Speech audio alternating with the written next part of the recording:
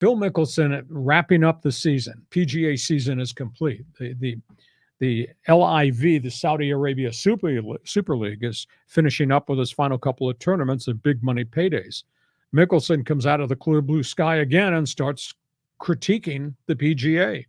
And he goes public this past week with the statement that the PGA is no longer what it used to be. He said the PGA as a tour is descending. He said LIV is ascending.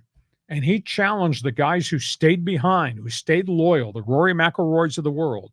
He challenged them to this question: where are you going to be in 2023? Which side do you want to be on? So Phil takes his stick and stokes the fire all over again. And he got his money, hadn't played well. He's had a sixth place finish, and every other finish has been anywhere from 20 to 45. So he's in the twilight of his career. He got his payday, but he just won't leave the PGA alone. Yeah, I mean, it's just incredible how this is evolving. It makes you wonder, like you say, it's a power play, LIV, PGA. Is one going to rise up as a dominant, and is one going to go away? Is this a competitive league, kind of like the USFL was against the NFL that failed eventually?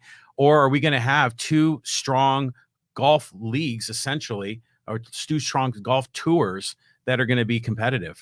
Well, there were a total of 28 PGA guys, led by Mickelson, Dustin Johnson, Brooks Koepka.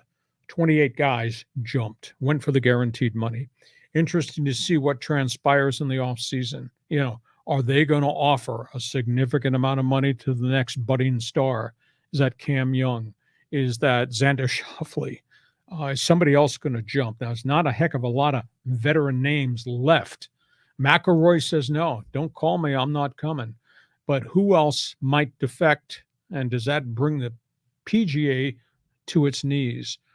I think the intangible thing about this conversation, John, and I think it's about the third time in the history of our podcast so we've had a conversation about LIV.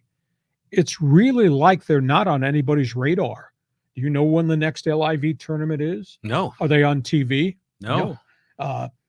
Do they get their stories and their stats reported like the PGA does? No.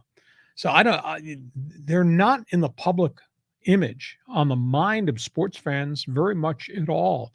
And they still don't have a TV contract going forward to next year. So I'll be intrigued to see what the offseason brings, and intrigued to see whether there's another wave of defections. Okay,